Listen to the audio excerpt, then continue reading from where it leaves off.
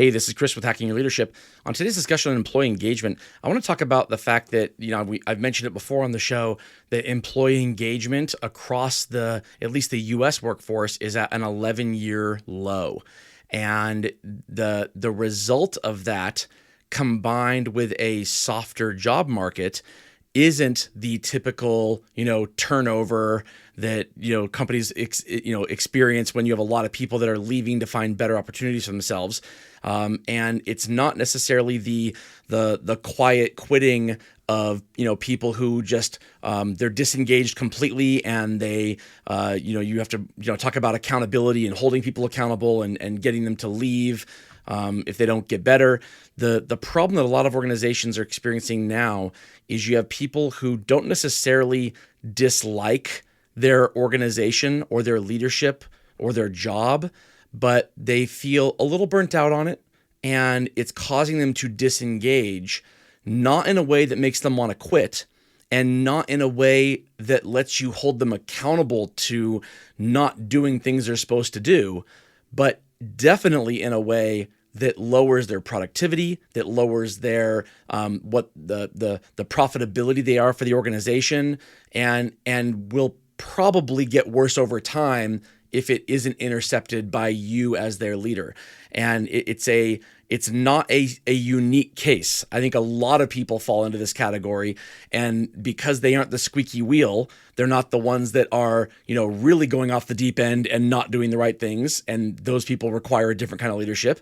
And they aren't the people who are performing at the top levels and need the support of leaders to get promoted and to move to the next level. They're just kind of quietly doing their job, but they're doing it at a level that is less than what they're capable of based on what you've seen in the past. Yeah, I think it's I think there's a lot of kind of dialogue in society, in the workforce in general, and kind of takes and opinions on levels of engagement and what does that look like, and what was it before, what is it now. I think some of the dialogue is just what we always hear every generation. You know what I'm saying? Like, it's just every generation. The next generation doesn't work as hard as the previous one. Like you have all that type of stuff that goes in there. Then you have and if that were really true, by the way, then we'd be getting nothing done now, right? Yeah, absolutely nothing. If the most productive and best generation ever is, I guess that means it's cavemen, right? Like, right,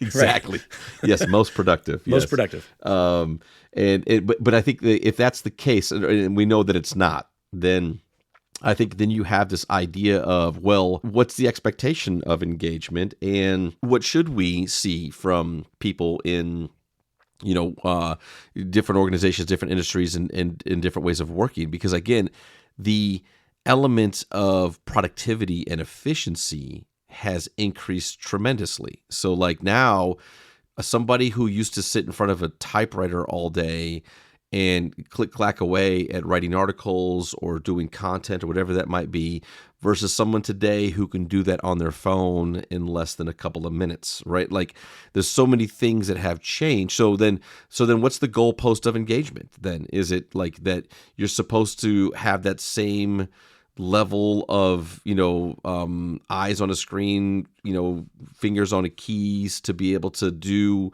what that other person was doing productivity wise, and then that is truly engagement? Because like that to me is the underlying theme here. Sometimes when I hear the word engagement, what I hear is like people aren't as productive as we want them to be. Right. But if it's just busy work, then is that really engagement, right? Right. So real engagement is like, to me, does someone feel a part of the work? Do they feel like they're included in conversations when it comes to what we do and how we do things? Do they feel like they are part of solving problems or solving issues that come up? Is their opinion kind of shared and has weight when it comes to how organizations or how teams get work done?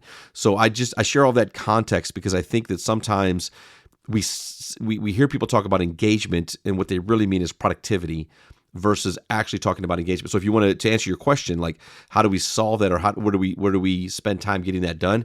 I think it has to be done with the people, with the team, and then you have to measure how they feel about the work that you're doing together.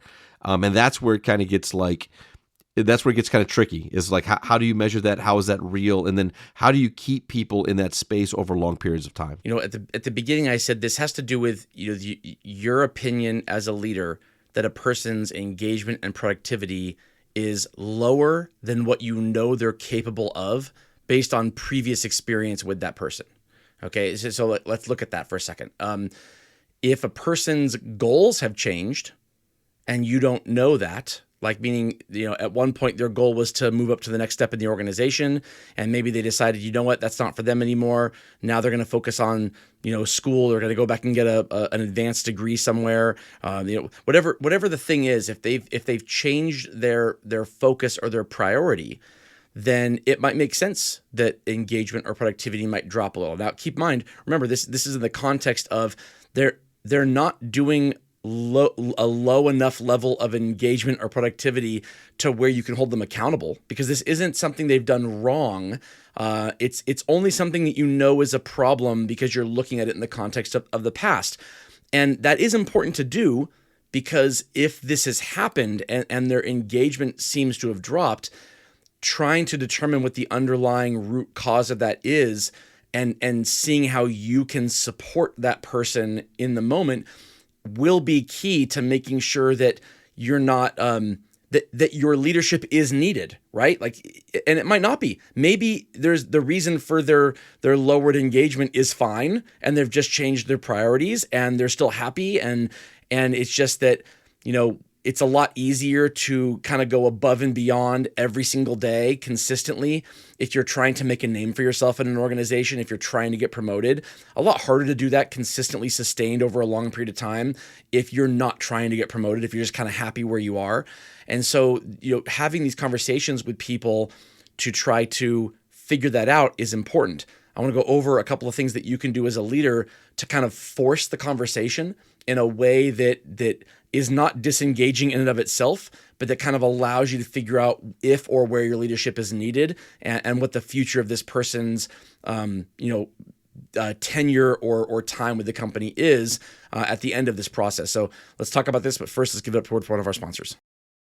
All right, if you're a leader of people and you're noticing this kind of drop-off in engagement or productivity in an employee who was previously very highly engaged, very productive, kind of seemingly a top performer for a while, and now they're just kind of performing normally, right? Nothing terrible, but it's a drop from what it was before.